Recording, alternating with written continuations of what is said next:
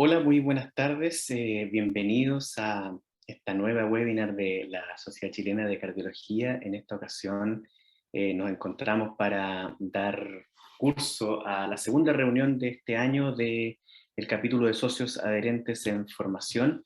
Mi nombre es Carlos Fernández, yo soy el presidente del Comité de Educación Continua de la Sociedad Chilena de Cardiología y un gusto para mí poder coordinar esta webinar con excelentes expositores y panelistas.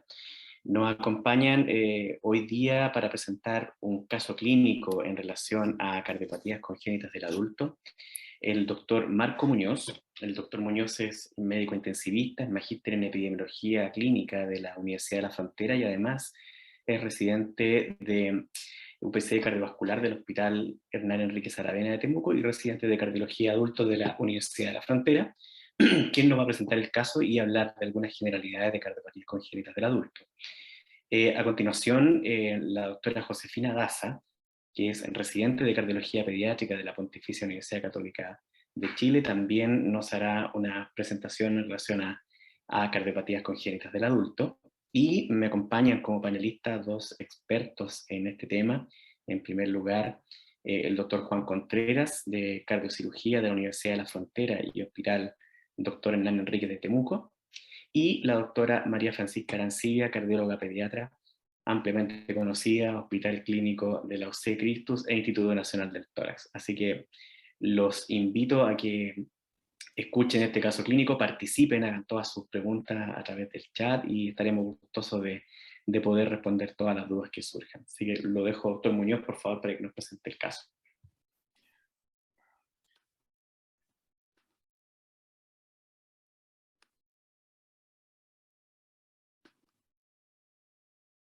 Buenas tardes, soy el doctor Marco Muñoz, residente de cardiología del Hospital Hernán Enríquez Aravena de Temuco, Universidad de Frontera. Y fui combinado a presentarles el caso de esta paciente que ingresa a nuestro servicio en el mes de septiembre del año pasado, agosto del año pasado.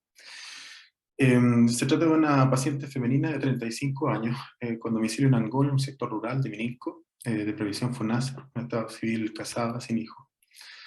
Ingresó al hospital de Angol el 19 de julio y fue transferida a nuestro hospital en agosto del año pasado. Fue derivada desde ese hospital por alto riesgo obstétrico debido a sus antecedentes cardiovasculares. En sus antecedentes destacaba que en ficha del hospital local aparecía que, y ella misma manifestaba que tenía una cardiopatía congénita, compleja, con circuitos inversos y transposición de los grandes arterias, ventrículo único, y que en algún minuto de su evolución ella, cuando se hizo el diagnóstico, ya avanzada edad, rechazó la resolución quirúrgica de esta. También cabe destacar que la paciente es analfabeta. Ella niega antecedentes quirúrgicos, ni alergias y otras patologías. Tuvo un primer embarazo con aborto completo en el segundo trimestre del año 2018. Presenta ahora un nuevo embarazo de 15 semanas. Un hábito tabáquico moderado, que suspende hace un mes cuando se entera de que está embarazada. Y el último control cardiológico, los cuales eran bastante esporádicos según la hoja de derivación del Hospital de Angol, es en 2017. Ella es temporera, recoge por temporadas manzanas, se carga sin dificultad peso y camina distancias relativamente largas, lo cual fluctúa discretamente de día a día, con una capacidad funcional entre 1 y 2. Toma medicaciones, carvedilol, espironolactona y furosemida. El motivo de ingreso es 2 semanas antes de hospitalizarse, empieza a manifestar dolor torácico de forma imprecisa, más constrictivo en la pared anterior del tórax, pero de manera progresiva, hasta agregarse disnea de esfuerzo, también progresiva, hasta el reposo. En el hospital de Angol, la paciente relata el deseo de continuar con su embarazo. Al examen físico se constata presión arterial de 95-63 milímetros de mercurio con una frecuencia cardíaca regular de 60 por minuto. Estaba febril, euneica, con saturación ambiental de 89%. Una fase discretamente cianótica central, acropaquia bien manifiesta, ingurgitación yugular, soplos varios, polos sistólicos en varios focos y la verdad se escuchan incluso, se ocultan en el dorso. El examen pulmonar no presenta alteraciones y el examen abdominal no presenta ni visceromegalias, ni masas, ni ascitis. Se insinúa un útero gestante en la pelvis y las extremidades son tróficas, sin edema y sin signos clínicos de trombosis venosa profunda. En la evaluación cardiológica en Angol, la cual se realiza mediante un documento, se constata un electrocardiograma que no se refiere mucho respecto de características específicas, pero sí ya llama la atención que tiene un intervalo PR de 250 milisegundos. El Holter que se le realiza de electrocardiograma presenta un ritmo sinusal con un promedio de 82 y unas extremas de 46 a 143 latidos por minuto, sin pausas significativas durante el monitoreo, pero sí con un trastorno de conducción auriculoventricular de primer grado bastante permanente, al cual se agrega bloqueo AV de más alto grado, MOVITS 1 intermitente. Hay una carga de extrasístoles ventriculares de alrededor de 4% y también presenta estos extrasístoles en episodios de taquicardia ventricular no sostenida de 3 o 4 complejos en forma muy frecuente, de 120 episodios dentro del registro de 24 horas. Se le realiza una aproximación con un ecocardiograma transtorácico realizado por un cardiólogo local que certifica dextrocardia, aurículas en situs solitus con concordancia auriculoventricular, un ventrículo único morfológico que él declara izquierdo, paredes y cavidades normales, con una motilidad global y segmentaria normal, con una fracción de eyección estimada de 57% por TACOS, unión AB común, plantea como alternativa una atresia tricúspide, y doble salida ventricular, donde se constata velocidades del tracto de salida aórtico de 3,9 metros por segundo y del pulmonar de 0,9 metros por segundo. Eso es importante porque después esto no se confirma en la evaluación que tuvimos en el hospital regional. Respecto de las evaluaciones de tipo químicas y de laboratorio, destaca hematocrito de 63% con hemoglobina de 20, y un NT-proBNP de 307, en una paciente ambulatoria recientemente hospitalizada. Perfil hepático, coagulación, función renal, electrolitos, hormonas tiroides y otros exámenes, la verdad, están dentro de rangos normales, troponina ultrasensible normal. Una ecoginecobstétrica que se realiza al ingreso al hospital regional, un feto de alrededor de 15 semanas, con biometría acorde a la edad gestacional, aparentemente de morfología normal, con hueso nasal presente, y un Doppler de arterias uterinas normal, que es el que les estoy mostrando en una de las imágenes. El electrocardiograma al ingreso me llama mucho la atención, donde se aprecia notoriamente la P negativa con el QRS y la T negativa en D1 en ABL, lo que hace pensar de que probablemente están mal puestos los electrodos de las extremidades superiores. Sin embargo, esto se comprobó, es concordante y son muy categóricos de dextrocardia. Existen dos latidos ventriculares, dos complejos ventriculares, uno más fino que el otro, y un intervalo PR que se insinúa prolongado en el que es más regular. Probablemente se trata de extrasístole atrial por la morfología de la P, que es ligeramente diferente. Las derivaciones precordiales fueron tomadas en forma de espejo en el hemitórax contralateral, por lo cual podemos ver progresión de R de B1 a B6. Sin embargo, hay una R alta en B1. Hay que recordar que B1 está al lado contralateral del resto de las derivaciones. Eso hace una pequeña diferencia con respecto al electrocardiograma típico tomado con las precordiales al lado izquierdo. Sin embargo, con respecto al patrón de las extremidades es exactamente concordante al patrón clásico de dextrocardia. Se le realiza un ecocardiograma por staff ingresando alrededor de los 3 o 4 días del ingreso al hospital, en el cual podemos apreciar En una primera aproximación ecográfica por ventana parasternal derecha, un eje largo, algo oblicuo, un poquito de desorientación inicialmente de los staff respecto de la posición del corazón, pero luego se ajustaron. Un ventrículo único con trabeculaciones, son bastante notorias, y una banda moderadora, lo que es característico de una morfología ventricular derecha.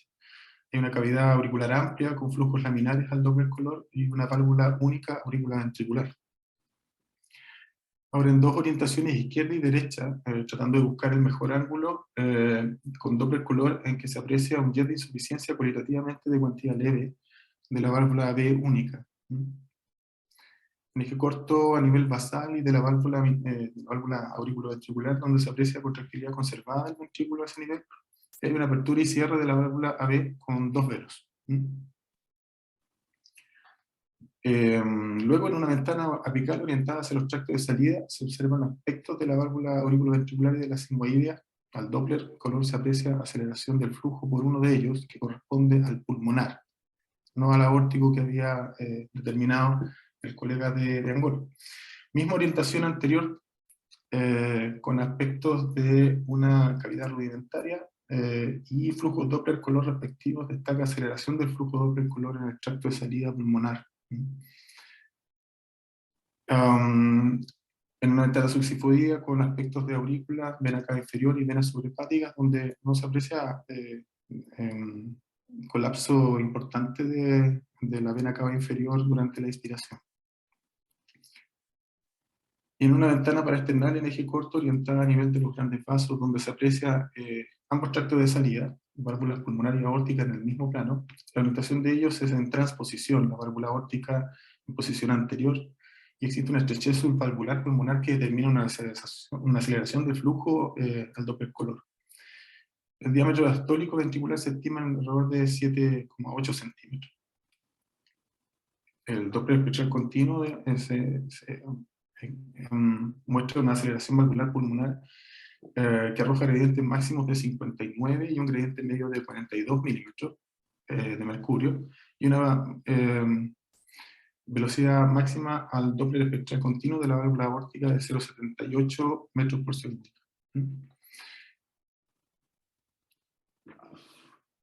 Se determina finalmente informar un situs inversos con saturación durante el examen de 88-91%, con ventrículo único, con un diámetro de fin de diástole de 73 milímetros, fracción de eyección estimada en 50%, con una válvula B única con leve insuficiencia, apex hipertrabeculado, vasos sigmoideos en transposición, y válvula pulmonar con estenosis subvalvular moderada a severa, con los gradientes que les mencioné. La válvula aórtica es de morfología y funcionalidad normal. Impresiona una cardiopatía en ese momento balanceada. Se le realizó a esta paciente una resonancia, la cual muestro dos aspectos de lo más categóricos: una vista coronal, donde se aprecia un corazón a la derecha en el tórax, e hígado a la izquierda en el abdomen, en situs inverso incompleto.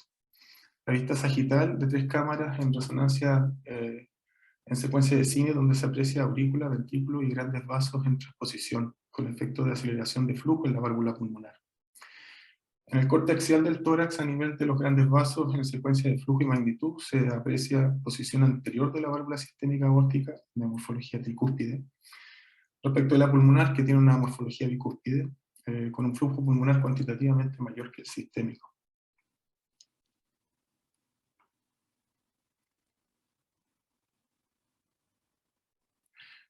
La impresión a la resonancia cardíaca es una malformación cardíaca congénita compleja en situs inverso, fisiología de monoventrículo con 2 tractos de salida, extensa comunicación interauricular y monoválvula auriculoventricular, estenosis subvalvular de la arteria pulmonar, leve reflujo valvular pulmonar, dilatación de las ramas arteriales pulmonares, lo que sugiere hipertensión pulmonar con un QPQS de 2,5. Los detalles, la fracción de eyección es levemente menor que la estimada por ecografía, 48%. El ventrículo presenta una cavidad aumentada de tamaño, con a pesar de estar indexado en diástole con 222 ml y en sístole de 115 ml. La cavidad auricular es grande, de 359 ml en sístole, perdón, en diástole, y el ventrículo que se observa de motilidad global normal, con un espesor de la pared de 11 milímetros en diástole. Los flujos arteriales que mencioné, el volumen aórtico de 40 ml latido y el volumen pulmonar de 114 ml latido con un QPQS de 2,5. El pericardio está presente. Finalmente, entonces, los diagnósticos son situs inversos, tórax abdominal, incompleto, dextrocardia, cardiopatía congénita cianótica compleja no operada, ventrículo único verdadero con morfología derecha, con doble salida, con una fracción estimada de eyección ventricular de 48%, válvula B única con leve insuficiencia, bloqueo AB de primer grado y de segundo grado de MOVIS 1 intermitente. Un embarazo en ese momento de 16 semanas, eutóxico. Respecto de la conducta que tomamos para esta paciente, llegó bastante estable, la verdad. La conducta de la paciente gestante fue conservadora, estimando que la circulación sistémica pulmonar se encontraban relativamente balanceadas en esta paciente crónica. Sin embargo, el pronóstico del embarazo era sombrío, dado los requerimientos de oxigenación que iban a crecer durante el inicio del tercer trimestre. Fue trasladada a su hospital de Angol y después de un periodo de observación y finalmente en domicilio aborta espontáneamente a las 21 semanas, siendo llevada y asistida en el centro referido. La paciente hasta el día de ayer se encuentra estable y actualmente en control.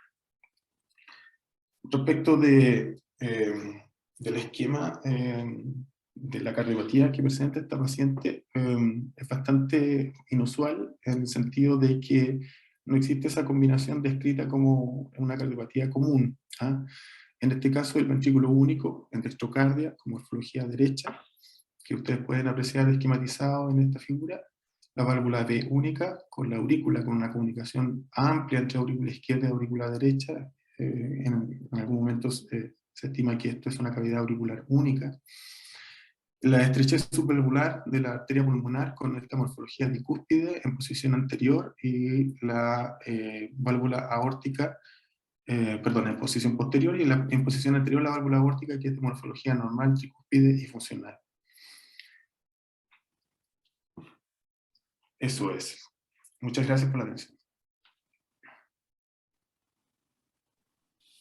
Gracias, doctor Muñoz. Vamos a dejar ahora a la doctora Daza. Por favor, doctora. Compartiendo pantalla.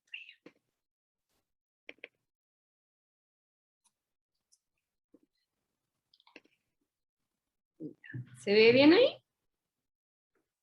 Estupendo. Ya. Todo bien. Buenas tardes, yo soy la doctora Josefina Daza, soy residente de cardiología pediátrica de la Universidad Católica y quiero destacar a la doctora Arancibia, que muy gentilmente me ayudó a preparar esta presentación. Entonces, bueno, ¿por qué es importante que hablemos de las cardiopatías congénitas en adultos? En general, esta es la prevalencia de cardiopatías congénitas. Son 9 por cada 1000 recién nacidos vivos. Este es un gráfico de más o menos cómo es la distribución en los distintos continentes. Y bueno, ¿cómo llegamos en el fondo hasta donde estamos hoy? A lo largo de los años y con la historia y todos los aportes que han habido, ha ido aumentando la expectativa de vida de estos pacientes y por lo tanto ha habido un desplazamiento de la mortalidad. En el gráfico de la izquierda vemos cómo era la mortalidad entre los años 87 y 88, donde las barras amarillas es la mortalidad de los cardiópatas. Si vemos en el periodo de recién nacidos o menores de 1 año, la mortalidad era mayor al 25%, y eso iba disminuyendo más que nada porque sobrevivían los casos más leves, y luego iba aumentando un poco la mortalidad según esta curva puntual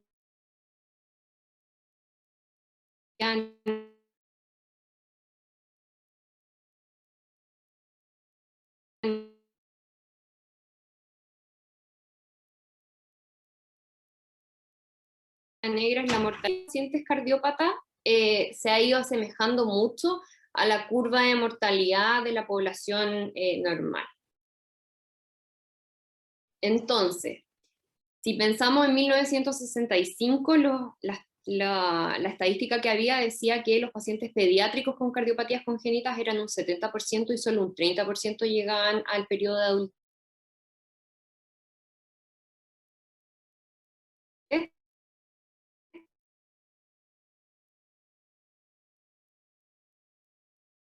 Ya en 1985, para graficar un poco lo mismo acá, han ido aumentando todas las cardiopatías congénitas y bueno, gracias a todos los avances que hemos tenido, no solo ha aumentado la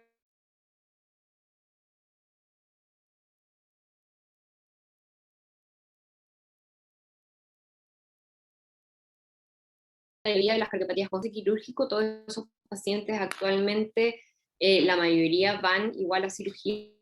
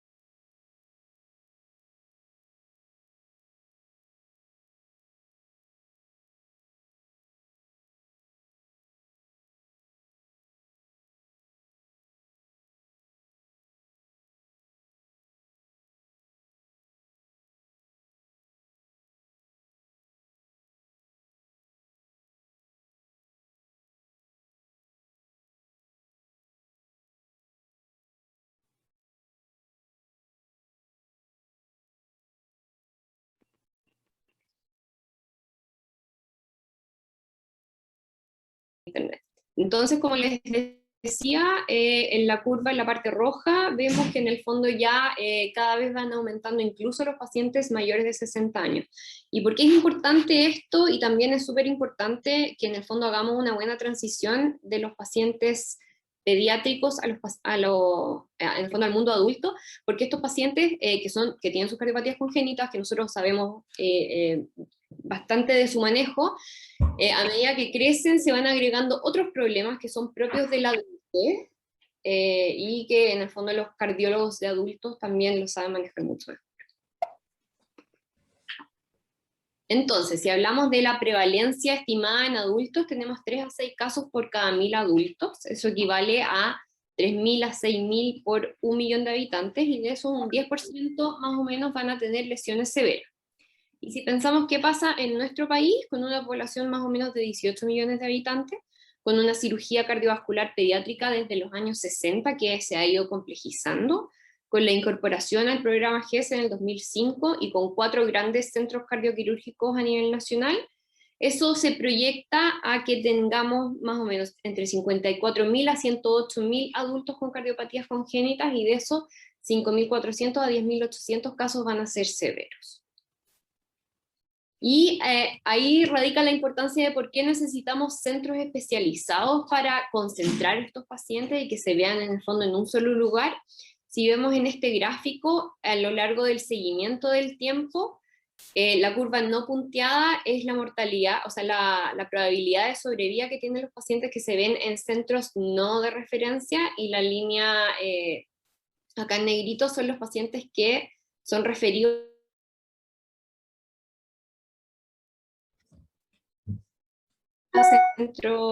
a centros de alta complejidad, y en el fondo mientras un centro también eso lleva a que ese equipo gane mucha más experiencia y mejora final. Lo que recomiendan en general todas las guías, si pensamos desde que un cardiópata nace, tiene múltiples hospitalizaciones, admisiones de urgencia, tiene aparte todo un equipo multidisciplinario que lo tiene que ver, se tiene que hablar de la recurrencia de las cardiopatías congénitas, son pacientes que van a tener intolerancia al ejercicio, que pueden tener síntomas depresivos incluso por reducción de la calidad de vida, son pacientes que están en riesgo de endocarditis, que van a tener complicaciones durante el embarazo, que tienen más mortalidad materna, más complicaciones neonatales, y luego a medida que van creciendo, entrando más al mundo adulto, son pacientes que evolucionan con hipertensión, que tienen que tomar múltiples medicamentos, que tienen más riesgo de muerte súbita, secundario sobre todo a sus arritmias, y ya a mayor edad empiezan con complicaciones coronarias y los síndromes aórticos que van en el fondo de la mano con la edad, y las complicaciones neurológicas. Y todo esto lleva a que tengan una expectativa de vida que es menor a la población general. Por lo tanto, el seguimiento de los centros especializados, según las recomendaciones, si tienen una cardiopatía que es leve, por lo menos que sean evaluados al menos una vez en su vida, y en las cardiopatías complejas se debiesen mantener el seguimiento en estos centros especializados, y en las cardiopatías moderadas que tengan lesiones residuales para ver eventualmente cuál va a ser el momento de intervención o si es necesario intervenir.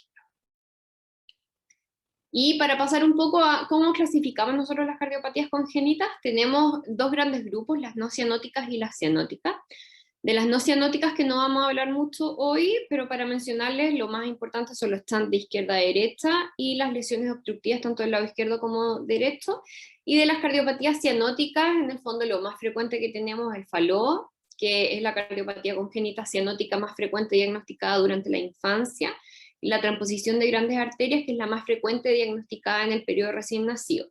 Después tenemos otras como troncos arteriosos, los drenajes venosos anómalos pulmonares totales, y después tenemos un grupo de pacientes que son las hipoplasias de ventrículo izquierdo, ventrículo derecho, los canales auriculoventriculares desbalanceados, e incluso otras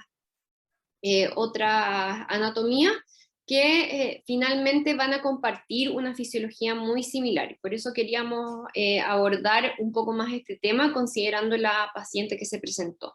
Entonces, patologías como la atresia tricuspidia, atresia pulmonar septum intacto, los canales desbalanceados, ventrículo izquierdo de doble entrada, la síndrome de hipoplasia de corazón izquierdo, por ejemplo, todas estas anatomías van a ir por el mismo camino.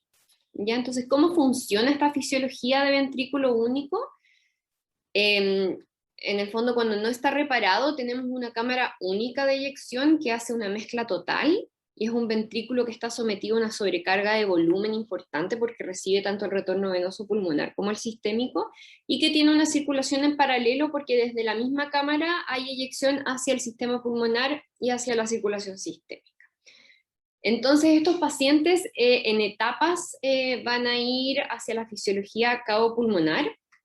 La primera etapa que se hace normalmente en el periodo recién nacido durante los primeros meses de vida va a ser una etapa fundamental en que el objetivo es regular el flujo pulmonar y asegurar el débito sistémico.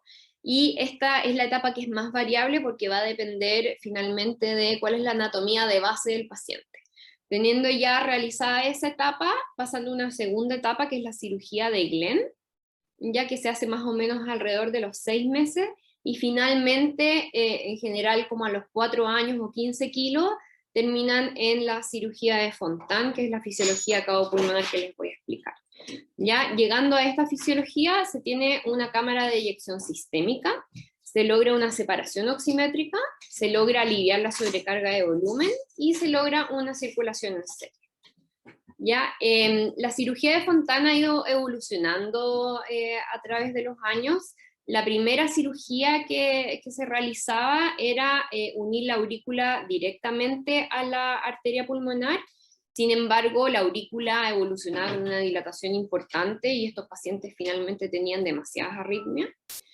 En los años 90 ya se empezó a hacer la cirugía de túnel lateral, que en el fondo se ponía un parche dentro de la aurícula para redirigir el flujo de la cava inferior hacia la arteria pulmonar, pero también es una aurícula que tenía que tener muchas líneas de sutura y cicatrices, por lo tanto también tienen alta tasa de arritmias.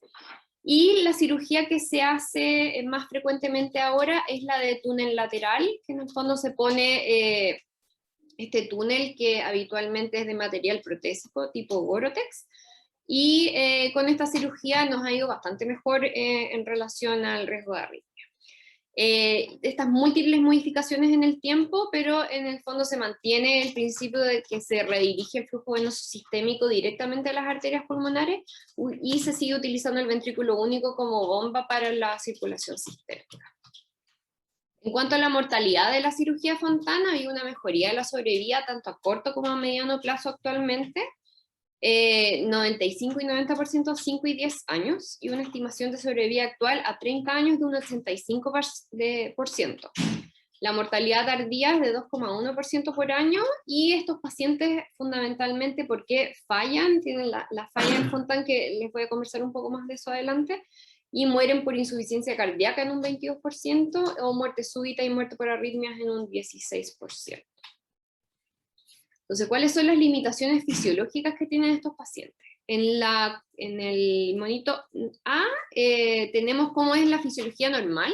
En el fondo tenemos altas presiones en la aorta, luego nos vamos por el lado del retorno venoso, va de nuevo la sangre al ventrículo derecho, que también es una bomba que bombea con menores presiones, pero igual hace una bomba de presión hacia las arterias pulmonares, y luego esto vuelve por las venas pulmonares a la aurícula izquierda y se eyecta nuevamente por el ventrículo izquierdo. Ya en el gráfico B tenemos lo que se representa en la fisiología de Fontana, que en el fondo solo tenemos una bomba que eyecta hacia la aorta, y luego todo el retorno venoso va de forma pasiva hacia las arterias pulmonares. ¿Ya? Y en el último gráfico C, lo que vemos que va pasando durante el tiempo es que estas venas cavas que están conectadas sin bomba a las arterias pulmonares tienen una limitación del flujo al retorno venoso sistémico, y se va generando tanto congestión retrógrada y disminución del flujo anterógrado. Entonces disminuye el gasto cardíaco y aumentan las presiones en esta zona, que es todo el territorio cavo-pulmonar. Entonces, los principales problemas y limitaciones fisiológicas que van a tener estos pacientes es la elevación de la presión del sistema venoso y disminución del gasto cardíaco.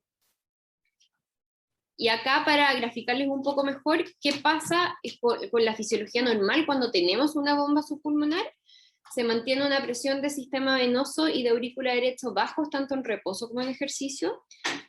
Acelera el flujo pulmonar de forma pulsátil, el gasto cardíaco aumenta tanto por frecuencia cardíaca y volumen inyectivo, y aumenta la presión pulmonar en ejercicio para reclutar capilares pulmonares. Y esto compensa cuando existe resistencia vascular pulmonar aumentada. Cuando no tenemos una bomba subpulmonar, se genera un aumento de presión venosa tanto en reposo como en ejercicio. Hay mayor dependencia de los músculos respiratorios y esqueléticos para aumentar la precarga en ejercicio, y hay una falta de pulsatilidad y bajo aumento de la presión pulmonar en ejercicio, por lo tanto se logran reclutar menos capilares pulmonares y se genera una disminución de la precarga del ventrículo único. Entonces, ¿cuáles son los factores claves en la falla del Fontana? La función sistólica ventricular ya no es el determinante del gasto cardíaco, tienen incapacidad de aumentar el gasto cardíaco en ejercicio, tienen hipertensión venosa sistémica crónica y tienen un patrón de flujo venoso y no pulsátil en las arterias pulmonares. ¿Y cuáles son las bases fisiológicas de esto? Es que es un estado de bajo gasto crónico. Ya en el fondo el ventrículo ha tenido que adaptarse a diferentes estados de sobrecarga de volumen y presión durante la etapificación, y es por eso que la etapificación en el fondo no se hace directo al Fontana, sino que tienen que pasar por la etapa de Glenn. Y el Fontana va produciendo una descarga del ventrículo, entonces se genera un mismatch de masa, de que habitualmente tenemos un ventrículo que es más hipertrófico, y se genera este mismatch cuando se descarga de volumen. Y este hipodébito crónico además puede favorecer el desarrollo de disfunción ventricular, tanto sistólica como diastólica. El flujo venoso, que es pasivo, no pulsátil a las arterias pulmonares, hace que haya poco crecimiento de ellas, tiene más tendencia a la formación de trombos, tanto centrales como microtrombos, y disfunción endotelial. Además, dependemos de la presencia de la presión de arteria pulmonar y resistencia vascular pulmonar bajas para que el circuito pueda funcionar. Y el flujo transpulmonar va a depender siempre de la gradiente de presión que hay entre la presión venosa central y la aurícula izquierda. Y esta va a ser muy sensible a la disfunción diastólica, que en el fondo si me aumenta mi presión de fin de diástole del ventrículo izquierdo, va a aumentar de por sí la presión de aurícula izquierda, y también es muy sensible a las arritmias.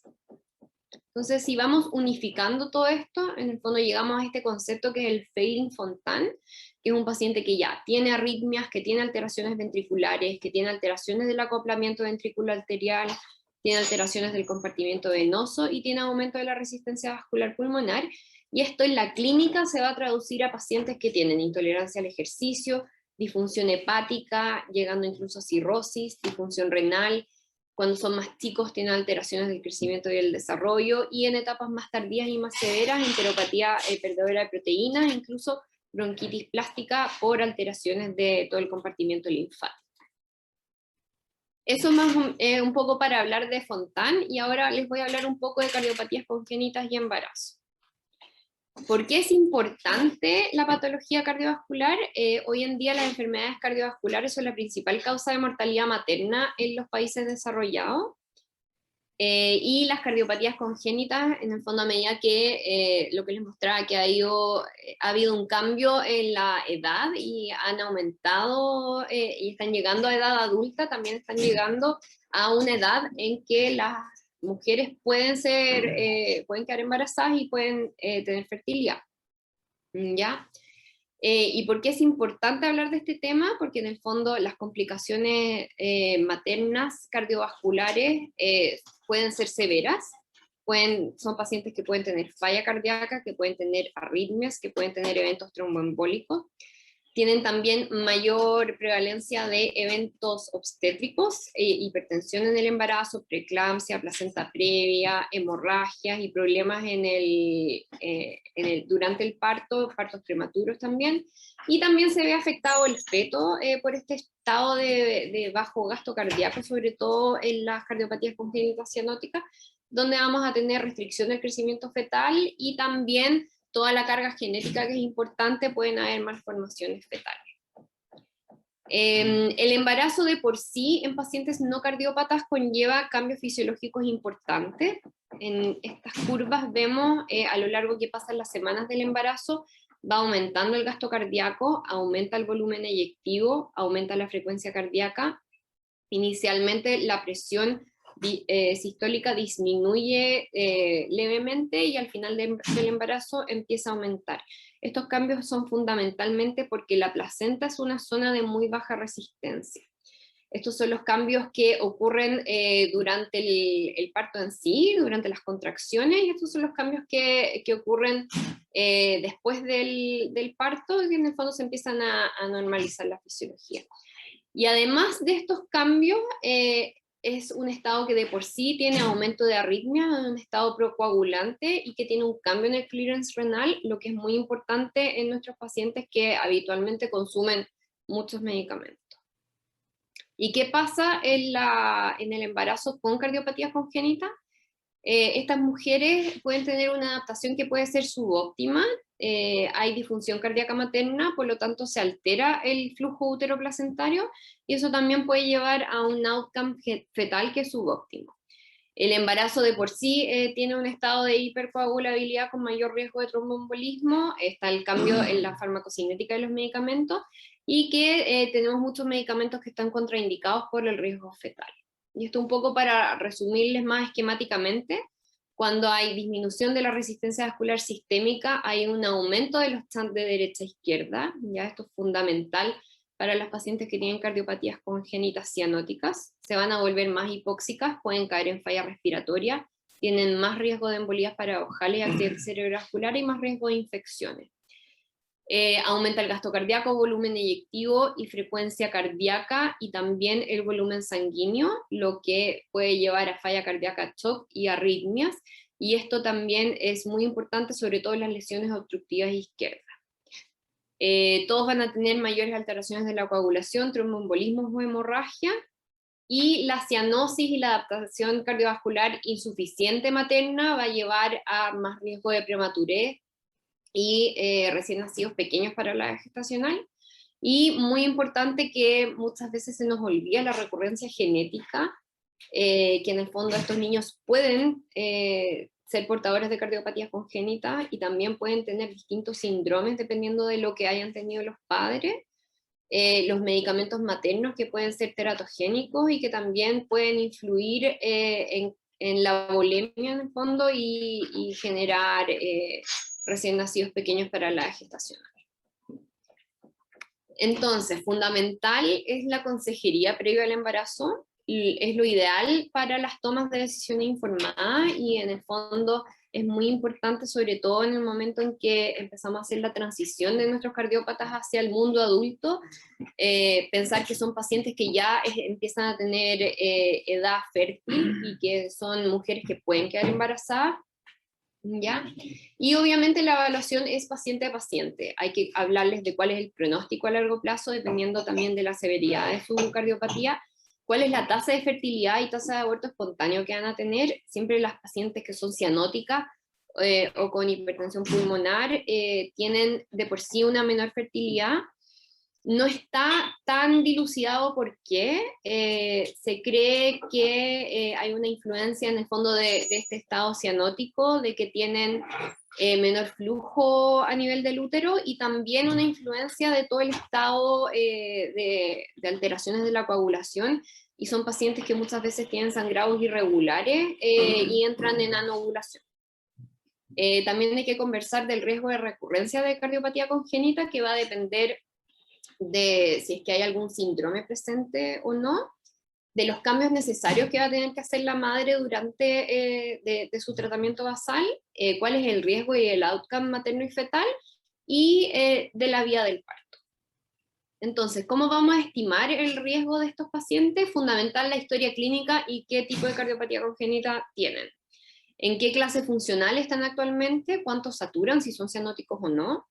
Lo ideal es tener un ProBNP, y esto tiene mucha evidencia, que en el fondo ProBNP más de 128, que es una alteración bastante leve, a las 20 semanas ya es predictor de eventos cardiovasculares durante el embarazo.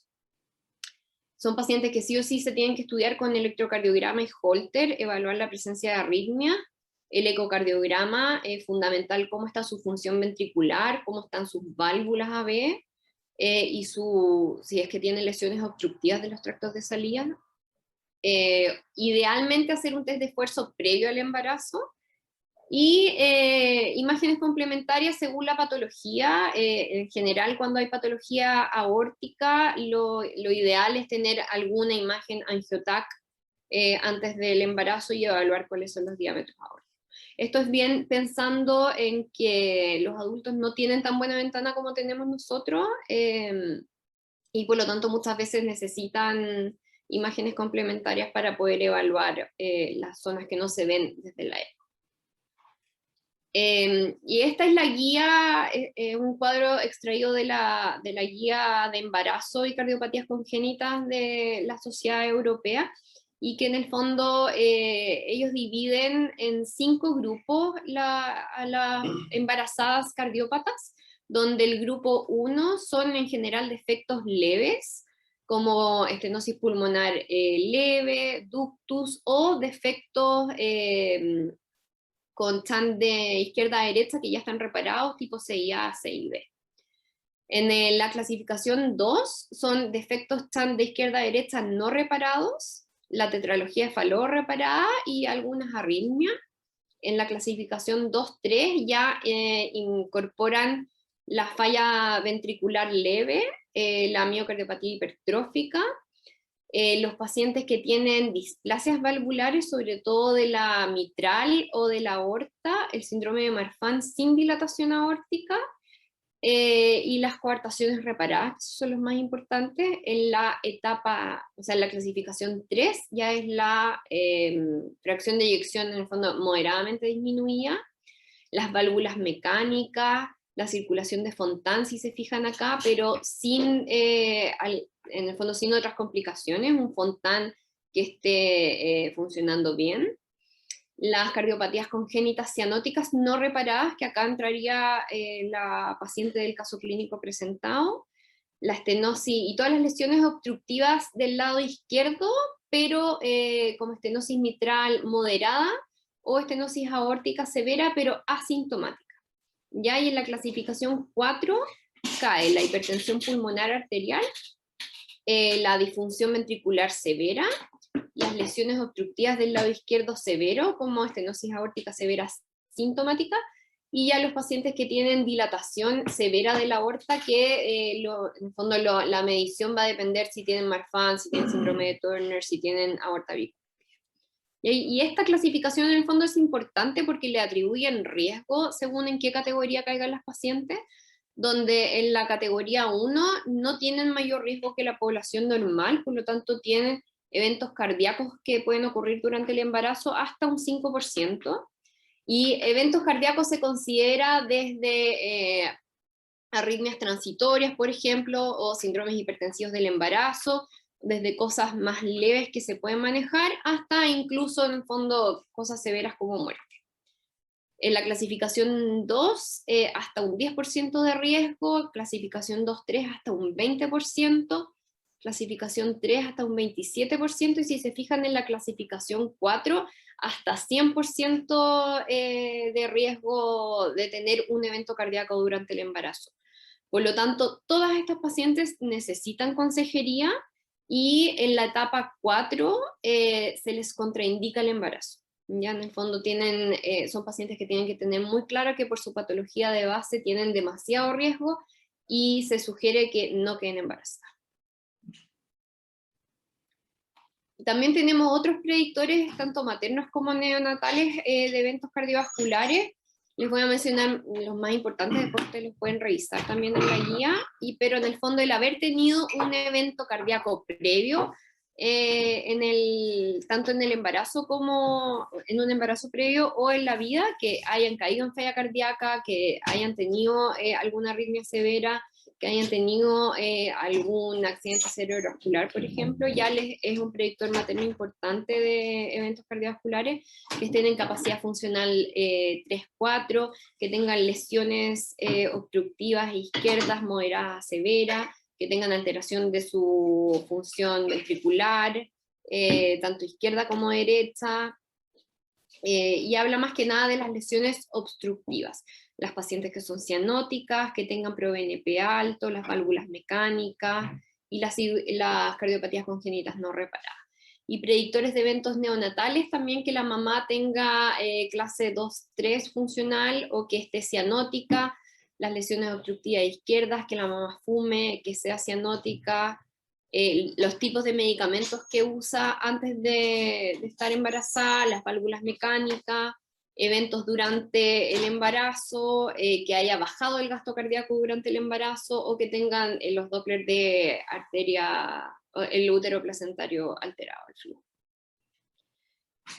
Y por último, muy importante hablar de cuál va a ser la vía de parto. Uno siempre tiende a pensar que como son pacientes que son tan graves y lábiles, lo mejor va a ser cesárea. Sin embargo, eso no es así. Lo ideal siempre es la vía vaginal. Se ha visto que son pacientes que tienen menor pérdida sanguínea, que tienen menos riesgo de infección y menores riesgos trombóticos.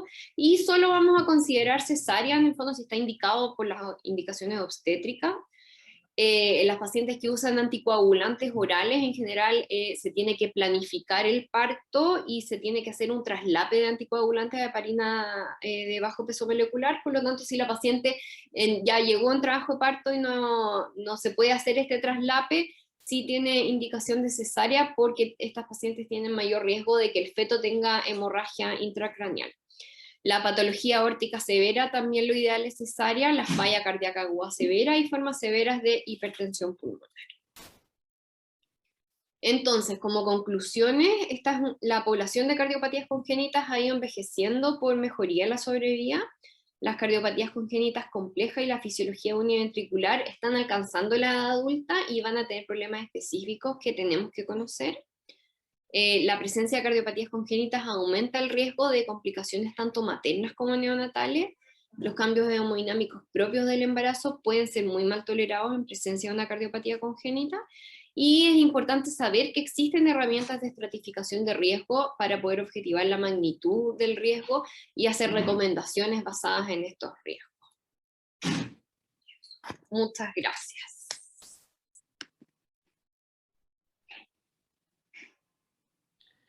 Muchas gracias, doctora Daza. La verdad es que muy buena revisión y muy claro en todos los conceptos.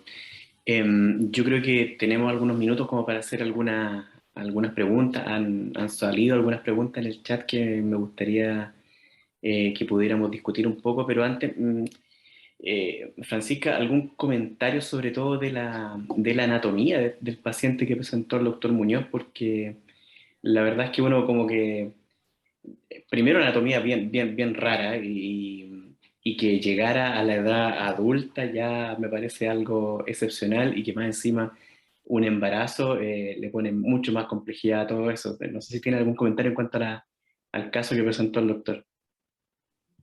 Hola, sí, buenas tardes a todos. Bueno, es un caso muy interesante. La anatomía efectivamente no es lo más típico en situs inversus. Tenía los vasos en D-transposición. Yo sospecho que puede haber sido algo tipo IDD, como una transposición congénitamente corregida, doble discordancia o un canal AD en ese contexto. Pero yo creo que el mensaje es que muchas veces cuando nos enfrentamos a estas enfermedades en adultos cuesta mucho determinar la anatomía inicial porque está todo muy cambiado, que el ventrículo esté más trabeculado o que esté más hipertrófico, no necesariamente nos va a decir qué tipo de ventrículo es porque eso va a ser efectos de la sobrecarga. Y la resonancia en ese sentido nos ayuda mucho a determinar la anatomía. Y claramente esta paciente sobrevivió y llegó a esta edad porque tenía un buen balance. O sea, ella es una sobreviviente de un grupo de pacientes que probablemente, si todos los pacientes con fisiología univentricular no se hicieran la tapificación, un porcentaje mínimo, menos de un 10%, llegaría a esa edad de la vida. Y eso habla de que probablemente tiene una estenosis pulmonar que es severa, que eso le ha ayudado a regular el flujo pulmonar, porque si tenemos un ventrículo único que bombea hacia los dos tractos de salida y el paciente no tiene estenosis pulmonar, va a ser insuficiencia cardíaca porque se va a ir todo el flujo hacia el pulmón y después va a ser hipertensión pulmonar y Eisenmenger si es que sobrevive a eso. Y eso es básicamente lo que la ha protegido y la ha llevado hasta esta edad en el fondo. Preguntaron ahí en el chat, no sé si lo puedo comentar ahora mismo, Carlos, acerca de si esta paciente se podía decir que tendría síndrome de Eisenmenger. Es una pregunta súper interesante y en general en adultos como que uno relaciona la cianosis o que el paciente es cianótico con que tenga hipertensión pulmonar y síndrome de Eisenmenger. La causa de cianosis en esta paciente es la mezcla total obligada de sangre, porque tiene una fisiología univentricular, ¿ya? Si esta fisiología univentricular se mantiene en el tiempo con flujo pulmonar que no está regulado y tiene hiperflujo pulmonar, puede presentar cambios en la vasculatura pulmonar que lleven a hipertensión pulmonar, disminución del flujo pulmonar y más cianosis. Sin embargo, en este caso, solo porque la paciente está cianótica y tiene 20 años, no se puede decir que tenga una Eisenmenger. Uno tendría que ir a medir presiones para ver cuál es la resistencia vasculares pulmonares en este caso. Y así pasa con muchas patologías en los que tienen estenosis pulmonar. El paciente no está cianótico porque tiene Eisenmenger, sino que porque tiene chant de derecha a izquierda o mezcla total obligada de sangre. Y muchas veces poner el rótulo de Eisenmenger a un paciente lo deja fuera de el pensamiento de la reparación quirúrgica o el alcance quirúrgico y en realidad ese diagnóstico se tiene que hacer de manera invasiva y conociendo la fisiología de su cianosis. Perfecto, gracias Francisco. Y doctor Contreras, del punto de vista quirúrgico, esta es una excepción de que llegue sin hacer la tapificación, pero puede que todavía existan algunos casos. Yo creo que vale la pena recordar cuáles son los hitos quirúrgicos del paciente en ventrículo único y, bueno, en los tiempos que con la Francisca nos enseñaron, decían que el Fontán era la panacea para siempre, pero en la medida que hemos ido envejeciendo nos hemos ido dando cuenta que el Fontán también trae problemas que nosotros como pediatras no lo vemos, pero sí lo están viendo todos nuestros colegas de adultos. No sé Primero que todo, es súper importante recalcar que las cardiopatías congénitas del adulto podríamos decir que va a ser probablemente la epidemia del 2030, 40. Tener un paciente con una cardiopatía congénita es mucho más frecuente que tener un paciente con una estenosis mitral, que nosotros nos enseñaron mucho tiempo a enseñarnos de estenosis mitral, de los soplos, pero claramente día a día es menos frecuente. Sabemos que los pacientes con cardiopatías congénitas están sobreviviendo y ellos son principalmente los avances en la tecnología, en la ciencia y todo el asunto. Como ustedes saben, estos niños sobreviven ya sea el ventrículo único derecho o la hipoplasia del ventrículo por 2 o 3 cirugías que se generan durante la vida, los cuales van a permitir el crecimiento de ellos, pero todos sabemos que no son, no son la panacea. Por eso, en algún sentido, cobra principal interés que si nosotros tuviésemos probablemente corazones disponibles para todos los niños que nacen con una hipoplasia del ventrículo izquierdo, podría ser una opción, pero claramente eso no es factible, ni siquiera en Estados Unidos, porque no hay suficientes donantes para esto. Y lo que tenemos que acordar es que los pacientes que ya alcanzaron la etapa del Fontan, tenemos que seguirlos. Y eso significa seguirlo de un punto de vista cardiovascular, pero también es importante seguirlo de los otros aspectos. Por ejemplo, estos pacientes desde una etapa muy precoz tienen que ir a consejería, y un paciente con Fontan uno debería sugerirle o prácticamente contraindicar que ella se embarace, porque podría estar en riesgo su vida, ¿cierto?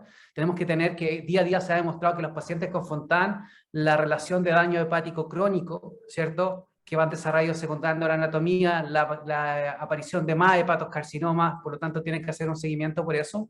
Y ya una vez enfrentándonos a lo que se refiere al paciente de Fontan propiamente tal, nosotros tenemos que ir a buscar problemas dirigidamente, ¿cierto? Nosotros sabemos que un porcentaje importante de estos pacientes va a desarrollar falla cardíaca.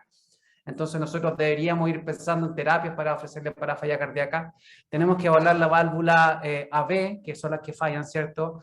Tenemos que evaluar la válvula sistémica, y también que hay un número creciente que se ha ido reportando que, por ejemplo, pacientes que tienen un Norwood, que fueron operados, ellos pueden desarrollar aneurismas. No tenemos guías para ver esto, pero claramente existe una tendencia de tratar de reparar a estos pacientes. Entonces, es importante saber que los pacientes que se operaron, tenemos que hacerle seguimiento. Es muy frecuente en el sur ver pacientes que se operaron, cumplen la edad adulta y se consideran que son inmortales y después llegan muy deteriorados. Encontrar una paciente como esta, donde tuve la posibilidad de formarme y probablemente Francisca, nunca vi uno. Quizás vi un faló no operado, que era un inmigrante que había llegado. Quizás uno decía, bueno, pero ver pacientes con estas características es una sobreviviente. Es súper interesante este caso. Y en ese sentido, doctor Muñoz, la paciente sigue en control, está... Sí, un control y bastante asintomática dentro de lo que le permiten sus actividades diarias. La verdad es que sigue trabajando. Claro que después del aborto, la verdad es que la familia, conversé con ellos por teléfono ayer, prefieren que ella no salga, pero la verdad es que se ve bastante bien para los 35, casi 36 años que tiene ahora. Perfecto, perfecto, perfecto. O sea, un dato bien importante que lo dijo Josefina, que se me olvidó nombrarlo, es el importante de hacer el seguimiento de estos pacientes en equipos que son especializados, ¿cierto? Ah, claro. Chile, nuestra geografía es una geografía que es bastante distinta, ¿cierto? Si nosotros comparamos Estados Unidos, es el mismo largo. Y lamentablemente nuestros únicos centros especializados son en Santiago. Entonces claramente existe un interés importante que deberíamos tener de tratar de desarrollar algunos centros en provincia, ya sea uno en el norte, ¿cierto?, sean como centros derivadores hacia Santiago y ayudar a controlar algunos pacientes. En ese sentido, en nuestro hospital, que estamos con Marco, tenemos varios especialistas que estamos tratando de trabajar en esta línea, nos faltan algunas personas, pero es importante tener o crear redes de trabajo a nivel nacional con especialistas para poder trabajar de una mejor manera. Porque claramente si nosotros le mandamos todos estos más de 50.000 pacientes que se dicen que hay con cardiopatías congénitas, todo a Francisca y a Fernanda, los tendríamos que triplicar o cuadruplicar para dar abasto para que sean capaces de ver todos los pacientes. Sí, de acuerdo. Ahora, Francisca, hay una pregunta aquí de la audiencia de Leonardo Vergara. Dice, en paciente con cardiopatía congénita, con fisiología de ventrículo único, lo ideal, no sé si podemos hablar de ideal, es el trasplante precoz pre-cirugía de reparación o en fase post-Fontan. Buena pregunta. Sí, buena pregunta. A ver, la fisiología de Fontan es imperfecta, ¿no es cierto? Sabemos que tiene consecuencias a largo plazo, pero hemos logrado en prácticamente todas las anatomías llegar a una buena sobrevida en los periodos precoces e intermedios. Y habitualmente los pacientes que se operan en periodo de lactante y se tapifican, terminan de tapificarse en edad preescolar, andan bien durante los primeros años de vida, incluso en las patologías más complejas. Nosotros revisamos en la Católica nuestra experiencia con las hipoplasias de BI, que son lo más extremo en el fondo con respecto a ventrículo único, y teníamos más de un 50% de sobrevida en las etapas iniciales a 6 años, y eso ha ido mejorando en el tiempo. Así que en el fondo, actualmente, en todas partes del mundo, el enfoque es etapificar los pacientes. Pero sí a los pacientes en Fontán, seguirlos precozmente, y ahí siempre ha habido mucha discusión y en los cursos de congénitos y todo, porque estos pacientes probablemente van a ser tributarios o necesitarían en algún punto de su vida un trasplante cardíaco. Algunos necesitan un trasplante cardíaco acompañado de un trasplante hepático, porque hacen falla hepática y eso es algo que hay que evaluar. Y nos da la sensación de que las guías clásicas o las recomendaciones que se usan para todos los adultos de trasplante en general subestiman el riesgo de estos pacientes, y que cuando nuestros pacientes congénitos como que cumplen los criterios para ser enlistados, están demasiado enfermos. Y de hecho se ha planteado que tal vez deberían existir criterios especiales para los pacientes con cardiopatías congénitas.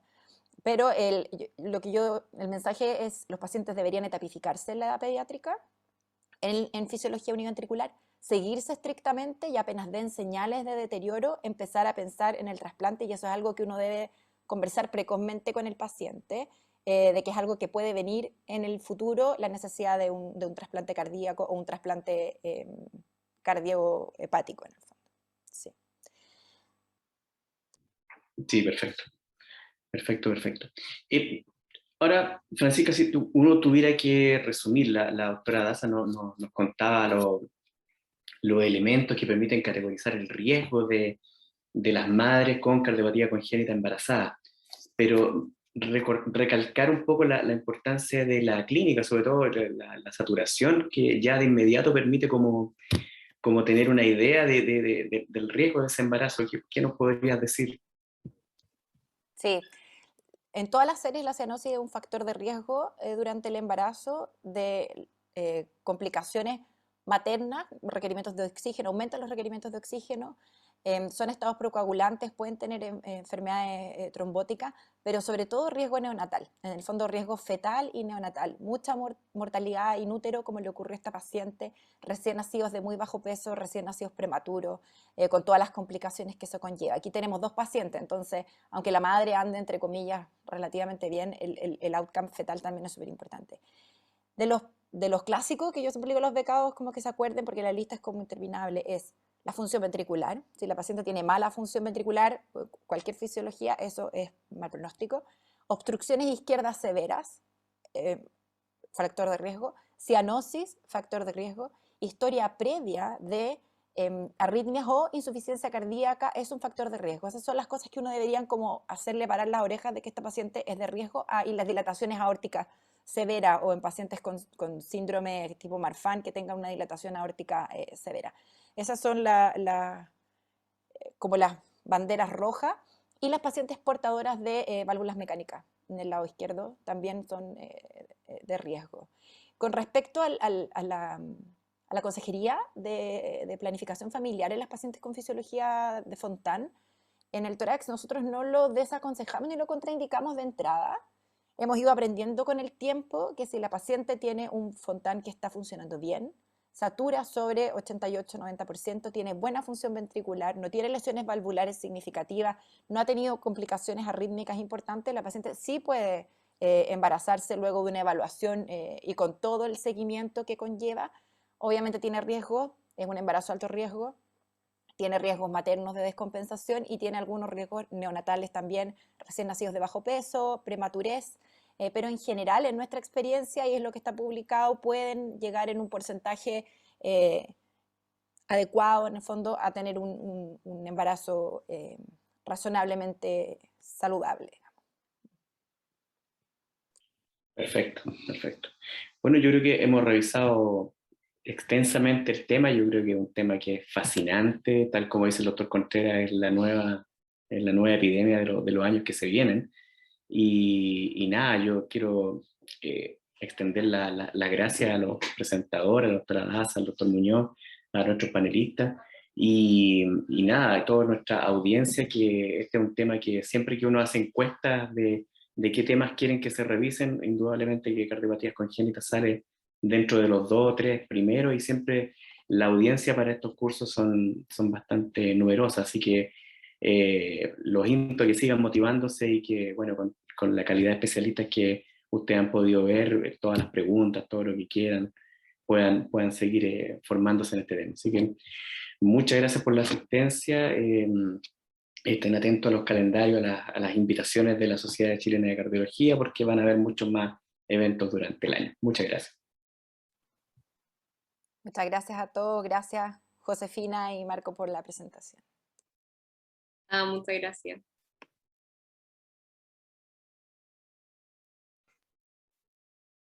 Hasta luego, gracias.